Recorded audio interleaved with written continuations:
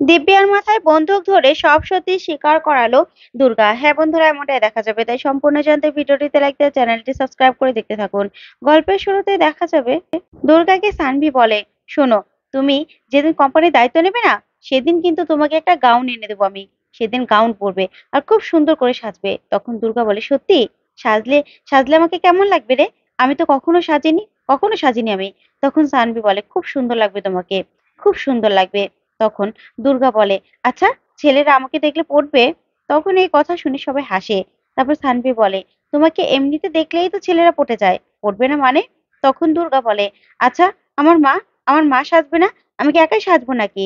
আচ্ছা ভালো পিপি, তুই না এক কাজ করবি, আমার জন্য যে গাউন আনবি, ঠিক ওরকমই সেম দেখতে আরেকটা গাউন আনবি আমার মায়ের জন্য।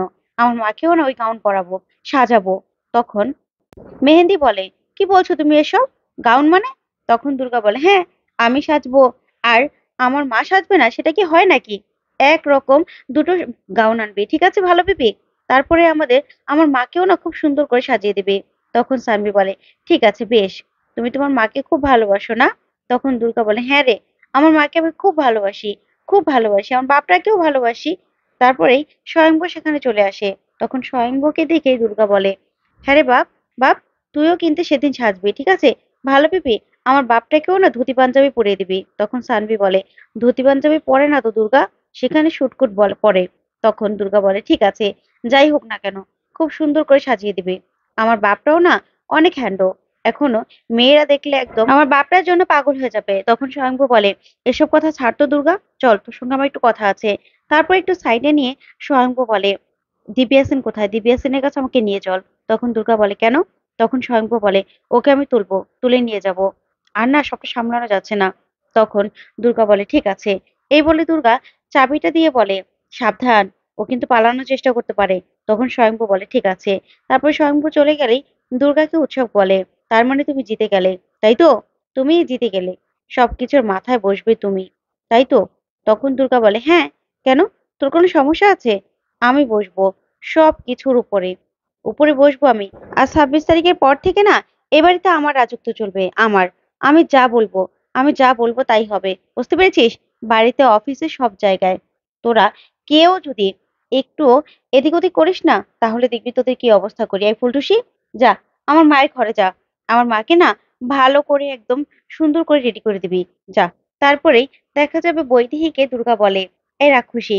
তখন বৈদেহী বলে, আমি রাক্ষসী? তখন দুর্গা বলে, হ্যাঁ, তুই তো এই যে এমনিতেই সবকিছু নিয়ে বসেছিলি, এবার এবার সবকিছুর মাথায় বসবো আমি, সবকিছু। এই 26 তারিখের পর থেকে না, আমি যা বলবো ঠিক ওরকম ওরকম এই বাড়িতে চলবে, আমার কথা মতোই বাড়ি চলবে। তারপর এই কথা বলে চলে গেলে উৎসব বলে, না, এটা আমি কিছুতেই হতে দেবো না, কিছুতেই না। এই মেয়ে কিনা এই সব কিছুর মালিক হবে, না, কিছুতে আমি সহ্য করব না। তখন মেহেন্দি বলে, হ্যাঁ, আমিও সহ্য করবো না উৎসব, এটা আমি কিছুতেই হতে দিতে পারি না। তখন উৎসব বলে, আচ্ছা মম, ওই দিন তো ও দায়িত্ব নেওয়ার পরে সন্ধ্যাবেলা পার্টি, তাই তো? তখন বৈদেহী বলে, হ্যাঁ, তাই তো শুনেছি। তখন উৎসব বলে, ঠিক আছে, তাহলে তখনকারই একটা ব্যবস্থা করতে হবে। তখন বৈদেহী বলে, কি ব্যবস্থা করবি তুই উৎসব? তখন উৎসব বলে, দুর্গা বিসর্জন। সেই সময় দুর্গা বিসর্জন হবে। তখন এই কথা শুনে সবাই অবাক হয়ে যায়। ওইদিকে দেখা যাবে স্বয়ংভু দিব্যার কাছে যায়। তখন গেলে দেখা যাবে যে দিব্যাকে চেয়ারে বেঁধে রেখেছে দুর্গা, আর মুখের মধ্যেও রুমাল পেঁচিয়ে রেখেছে। ওইদিকে শ্রীমতী সেনকে ডক্টররা অবজারভেশনে রেখেছে। তখন নার্সকে গিয়ে স্বয়ংভু বলে, আচ্ছা ডক্টর, উনি এখন কেমন আছেন? তখন নার্স বলে, উনি একদম ঠিক আছেন, ভালো আছেন। তারপরে শ্রীমতী সেনকে স্বয়ংভু বলে, কি, কেমন আছেন আপনি? তখনই শ্রীমতী সেন বলে, সব আপনাদের জন্য, আপনাদের কাছে আমি কৃতজ্ঞ থাকবো সারা জীবন। সংকল্প, সংকল্প কেমন আছে? তখন স্বয়ংভু বলে, একদম চিন্তা করবেন না, আপনার ছেলে আর ছেলের বউ দুজনেই ঠিক আছে। আপনাকে আজকে বাড়িতে শিফট করা হবে, আপনি চিন্তা করবেন না, আর আপনাকে কড়া গার্ড দিয়ে রাখা হবে। আপনি কিন্তু এখন আন্ডারগ্রাউন্ড হয়ে আছেন, বুঝতে পেরেছেন? তখন শ্রীমতী সেন বলে, হ্যাঁ। তারপরে দেখা যাবে দিব্যা স্বয়ংভুকে বলে মুখের বাঁধনটা খুলে দিতে। তখন মুখ থেকে রুমালটা সরিয়ে দিলেই দিব্যা বলে, ওই দুর্গার এত বড় সাহস, এত বড় সাহস, আমাকে কিনে এভাবে বেঁধে রাখে, আবার আমার মুখের মধ্যে এভাবে রুমাল পেঁচিয়ে রাখে। না না, এগুলো আমি কিছুতেই সহ্য করব না। আমি আমি ওর নামে মামলা করব, মামলা করব আমি। তখন স্বয়ংভু বলে, হ্যাঁ, মামলা তো করবেন, আপনাকে তো নিয়ে যাব, থানায় নিয়ে যাব, ডিপার্টমেন্টে, তারপর জিজ্ঞাসাবাদ করতে হবে তো। তখনই দিব্যা বলে, জিজ্ঞাসাবাদ করতে হবে মানে? কি বলতে চান আপনি? কেন নিয়ে যাবেন আমাকে ডিপার্টমেন্টে? তখন স্বয়ংভু বলে, নিতে হবে তো। আরে, নিতে তো হবেই। ডিপার্টমেন্টে না নিলে কি হবে? তখন দিব্যা বলে, আমাকে ডিপার্টমেন্টে নিয়ে যাবেন মানে? কেন? তখন স্বয়ংভু বলে, হ্যাঁ, আপনি শ্রীমতী সেনকে মারার চেষ্টা করেছেন। আর যে গুন্ডাকে দিয়ে মারার চেষ্টা করেছেন না, সে কিন্তু এখন আমাদের কবজায় আছে। আর সে সবকিছু স্বীকার করে নিয়েছে। বলেছে যে আপনি ওকে শুট করতে বলেছিলেন। আরো না অনেক কথা বেরিয়ে এসেছে।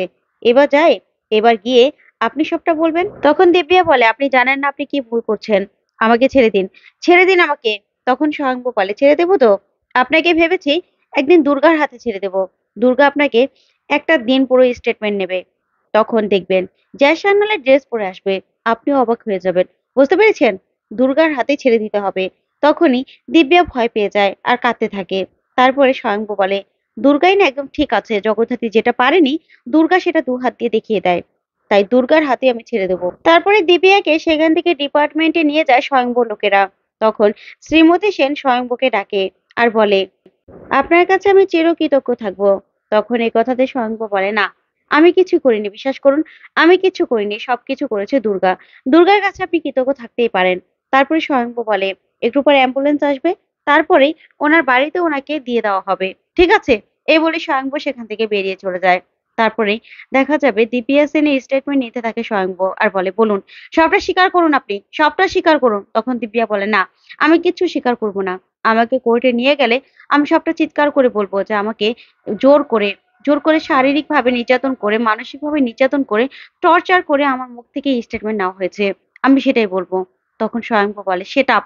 তারপরে স্বয়ংভূ চিৎকার করে ওঠে আর বলে, আপনি স্টেটমেন্ট দিবেন?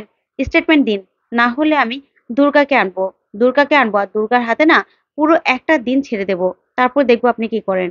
তারপরে দিব্যাকে বারবার বলতে থাকে, বলুন, এখনো সময় আছে, বলুন, সবটা স্বীকার করুন। কারণ ডক্টর শ্রীমতী সেন কিন্তু আপনার বিরুদ্ধে স্টেটমেন্ট দিয়ে দিয়েছে। আপনি আপনি ওনাকে তার ছেলেকে গান পয়েন্টে রেখে ওনাকে নিয়ে এসেছিলেন। যখন ডক্টর প্রমিতা নিজে অপারেশন করতে রাজি হয়নি, তখন আপনি প্রমিতাকে শুট করে মেরে দিয়েছিলেন। আর শ্রীমতী সেনকে সেখানে নিয়ে এসেছিলেন। তাই তো? এত বড় একটা অপরাধ করেও আপনি পার পেয়ে যাবেন কি করে? কি করে ভাবছেন? তখন দুর্গা বলে, বাপ, এত তাড়াতাড়ি না ও স্বীকার করবে না রে। এত তাড়াতাড়ি ও কিছুতেই স্বীকার করবে না। তারপরে দুর্গা বলে, তুই না আমার কাছে এক রাতের জন্য ছেড়ে দে, দেখবি একদম ঠিক হয়ে যাবে। রাস্তায় ছেড়ে দেবো, রাস্তায়। রাস্তায় ছেড়ে দিলে ও ঠিক বুঝতে পারবে যে আসল আসল ইন্টারোগেট কাকে বলে। একদম দেখবি সব বলে দিয়েছে। তখনই দিব্যা বলে, কি এত বড় সাহস, তুমি আমাকে এসব কথা বলছো? তখন দুর্গা দিব্যার মুখ চেপে ধরে আর বলে, একদম না, একদম কোনো কথা নয়। তুই আবারও চিৎকার করছিস? একদম কথা বলবি না। চোরের মায়ের বড় গলা। বাবা, চল, যারা বাকি আছে তাদেরকে তো আমাদের সামনে রাখতে হবে। তখন স্বয়ংভূ বলে, হ্যাঁ রে, তা তো হবেই। তারপরে দুর্গা বলে, দিব্যা সেন, তুমি আমার মায়ের অনেক ক্ষতি করেছো। আমার মাকে জিন্দা লাশ বানিয়ে দিয়েছো। কিন্তু চিন্তা করো না, আমার মাও কথা বলবে। আমার মাও কথা বলবে, উঠে দাঁড়াবে। সেদিন তোমার কি অবস্থা হয়, সেদিন শুধু তুমি দেখবে। তুমি তুমি আমার মায়ের হাতে শেষ হবে। বুঝতে পেরেছো? এই দুর্গা কিন্তু দুহাত হলেও, দুর্গা কিন্তু অনেক ক্ষমতাশালী। বুঝতে পেরেছিস? তখন এই কথা বলে স্বয়ংভূকে বলে, চল বাবা, তোর জন্য মা অপেক্ষা করছে। এই বলে দুর্গা সেখান থেকে স্বয়ংভূকে নিয়ে চলে যায়। তারপরে দুর্গা জগদ্ধাত্রীকে বলে, জানিস তো মা, 26শে মে 26শে মে আমার হাতে দায়িত্ব তুলে দেওয়া হবে। আর আমি না ভালো পেঁপেকে বলেছি তোর আর আমার একরকম ড্রেসের কথা। তুই রাজি তো মা? রাজি তো? তো বন্ধুরা, আজকের আপডেটটি কেমন লাগলো কমেন্ট করো।